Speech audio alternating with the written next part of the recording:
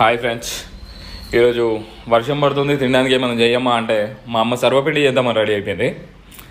అలా బియ్యం పిండి తీసుకొని ఉప్పు, కారం, అల్లం ఎల్లిగడ్డ పేస్ట్, కరివేపాకు, జీలకర్ర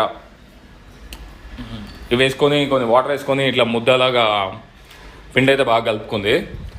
తర్వాత మనము ఒక ప్యాన్ తీసుకొని దానికి ఈ ముద్ద తయారు చేసుకున్న ముద్ద ఆయిల్ మొత్తం అప్లై చేసుకొని ఈ తయారు చేసుకున్నంతా ఒక లేయర్ లాగా స్ప్రెడ్ వచ్చేటట్టు మొత్తం ఇట్లా ఒత్తుకోవాలన్నమాట. పెంక నిండి వచ్చేవారికి దానికి చిన్న చిన్న రంధ్రాలు కూడా పెట్టుకోవాలి. ఎందుకంటే ఆయిల్ దాంట్లో లోపలికి వెళ్ళి కుక్ కావడానికి మంచిగా ఉంటుంది. ఆ తర్వాత స్టవ్ మీద పెట్టింది, ఉడుకుతుంది. చూడండి, సర్వపిండి మామూలుగా రాలేదు. ఎట్లా వచ్చిందో చూడండి ఫ్రెండ్స్, మస్తు వచ్చింది సర్వపిండి అయితే. చూడండి, వేడి వేడిగా సర్వపిండి తింటుంటే